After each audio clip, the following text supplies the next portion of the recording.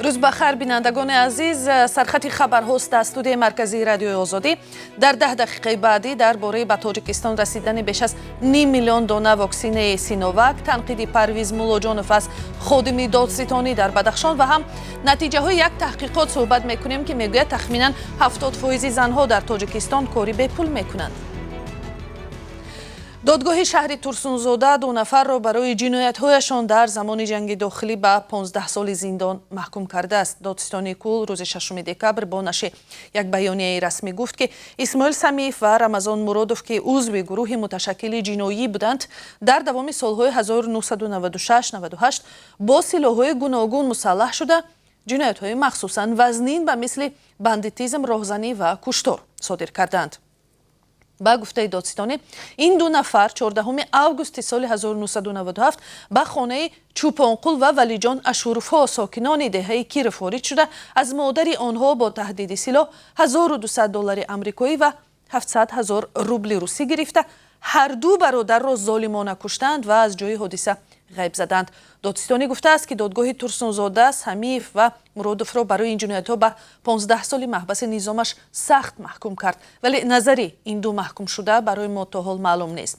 جنگ داخلی تاجیکستان از سال 1992 تا سال 97 ادامه کرد و در آن زمان هزاران قتل و کشتار و دزدی و غارتگری رخ داده است. تحقیق پرونده‌های آن زمان تا کنون ادامه دارد.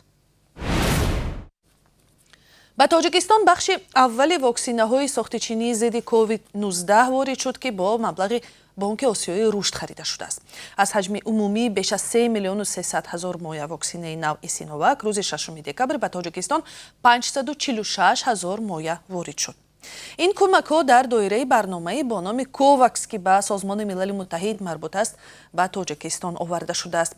شنی کمبل رئیس نمایندگی بانک آسیای رشد در تاجیکستان گفت که این کمک‌ها بخشی از بسته یاری‌های شریکان رشد کشور میباشند. در عموم برای خریدن واکسن و دیگر مواد ضروری طبی در دوره پاندمی بانک آسیای رشد $25 میلیون گرانت جدا کرده است. مقامات در امریکا گفتند که علامت‌های پیشکی از آن دلالت می‌کند که نوع اومیکرون کرونا ویروس نظر به دلتا به سلامت انسان تأثیر سبکتر دارد، در حالی که دلتا باعث افزایش شمار بیماران بستری می‌گردد. دکتر انتونی فاوچی، سرایت‌شناسی کلان کاخ سفید، روز 5 دکبر گفت برای فهمیدن همه پهلوهای تأثیر اومیکرون فرصتی بیشتر لازم می شود. فاوچی که با تلویزیون CNN صحبت میکرد گفت تا همین لحظه ها نشانه های این که این نوع کرونا ویروس بسیار خطرناک است وجود ندارد، ولی به هر حال باید خیلی احتیاطکار شویم. گفت و اومیکرون بار اول در آفریقای جنوبی آشکار شد و زود پهن شدن گرفت.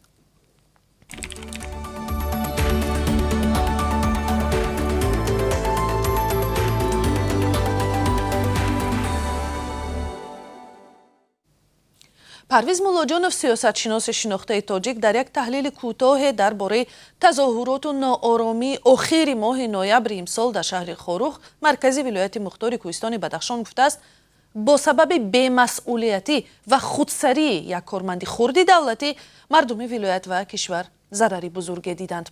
او در صحیفه خود در فیسبوک روز 5 دکبر نوشت به سبب رفتار نادرست عبدالصمد امیرزاده، مفتش دادستانی ناحیه راشقله، در نتیجه برخوردها در خاروخ چند نفر کشته و 10 تن دیگر زخمی شدند. هزاران نفر 5 روز را در زمستان سرد در مرکز خاروخ سپری کردند و هزاران نیروی قدرتی و سربازان عادی در پاسگاه‌ها یخ کردند.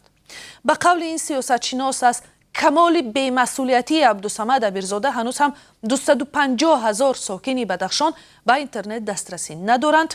هزاران خویشاوندان آنها در خارج در تشویش افتادند و صدها دانشجوی بدخشانی مجبورند برای سپردن امتحان‌های آنلاینی از بدخشان به دوشنبه بیایند.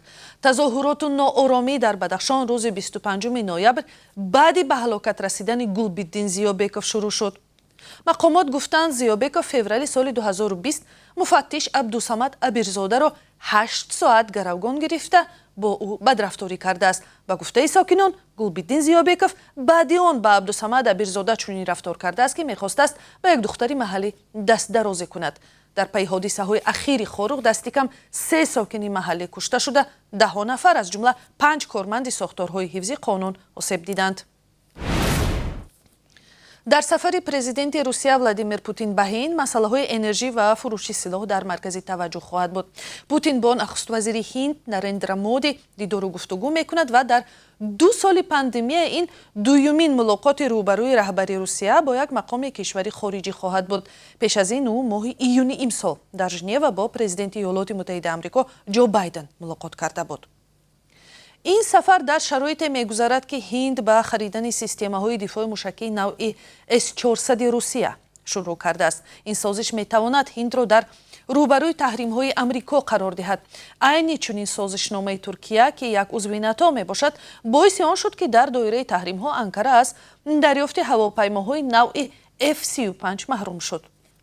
روز 23 نوامبر سخنگوی کاخ سفید نت پرایس گفت که هنوز ایالات متحده آمریکا قرار قبول نکرده است که آیا هند را برای خریدن سلاح‌های روسیه تحریم میکند یا نه. پرایس آن زمان گفت که برای آمریکا مکالمه‌های دفاعی با هند به خاطر امنیت منطقه هند و اقیانوسیه مهم میباشد.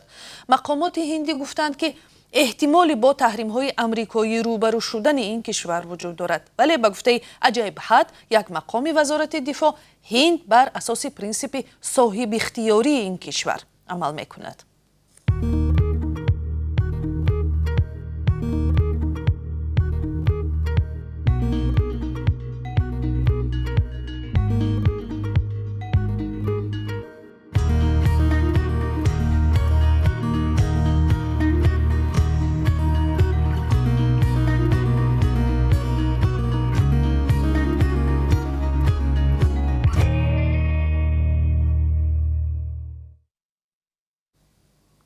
یک تحقیق تازه بانک جهانی نابرابری‌های بزرگ اجتماعی و اقتصادی بین مردان و زنان را نشان داده گفته است برای پیشرفت مناسب اقتصادی باید این نابرابری‌ها از بین برده شود.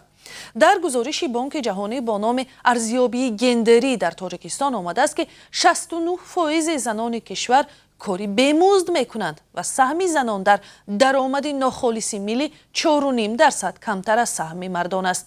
در این گزارش آمده است 7% دختران از 15 تا 24 ساله در تاجیکستان از تحصیل و کار و یا آموزش‌های دیگر دور ماندند و این رقم در بین زنان جوان تا 49% را تشکیل می‌دهد. مزد کار زنان هم که اکثرا در ساحه معارف کار می‌کنند به گفته بانک جهانی کمتر از مزد کار مردان است که در عرصه اقتصاد، صنعت، ساختمان و نقلیات بیشتر حضور دارند. به گفته بانک جهانی تاجیکستان در چند سال گذشته در راه تامین برابری حقوق زن و مرد از جمله جلب بیشتری دختران به تحصیل در دانشگاه و دیگر مؤسسه‌ها پیشرفت‌های داشته است، ولی برای رسیدن به برابری گندری و تامین برابری حقوق زن و مرد کاری زیادی دیگری دارد که باید به انجام رسد. مقامات انتظامی شهر دوشنبه میگویند که صاحبان 4 مرکز بازی‌های کامپیوتری را برای راه دادن نابالغان به این مرکزها جریمه بستند. در تاجیکستان حضور نابالغان در اینترنت کافه و یا دیگر مرکزهای بازی‌های کامپیوتری ممنوع است. در بیانیه رسمی که ریاست امور داخلی شهر دوشنبه روز 6 دکبر نشر کرد آمده است ریت‌های سنجشی نشان می‌دهد که هنوز هم بعضی از صاحب ملکان مرکزهای بازی‌های کامپیوتری تنها با مقصد به دست آوردن مبلغ اجازه می‌دهند که نابالغان به این مؤسسه‌ها وارد شوند. به قول پلیس دوشنبه در نتیجه نابالغان وقتی پرقیمت خود را به عمل و کردار ناشایست دست میزنند سپری میکنند. در بیانیه آمده است کارمندانی که نابالغان را به مرکزهای بازی‌های کامپیوتری راه دادند جریمه شدند و صاحب ملکان اینترنت کافه ها رسما آگاهی گرفتند که دیگر نابالغان را به مؤسسه های خود راه ندهند. و در این لحظه برنامه درباره قرب رسمی اسعار خارجی در تاجیکستان معلومات میدهیم.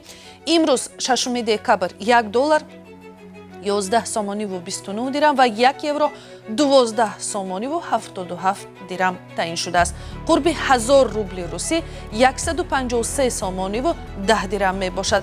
بینندگان عزیز 10 دقیقه که در اختیار داشتیم به پایان می رسد. خبرهای دیگر را در برنامه اخبار آزادی پیشکش شما خواهیم کرد. برایتان روزی با قرار می خواهم.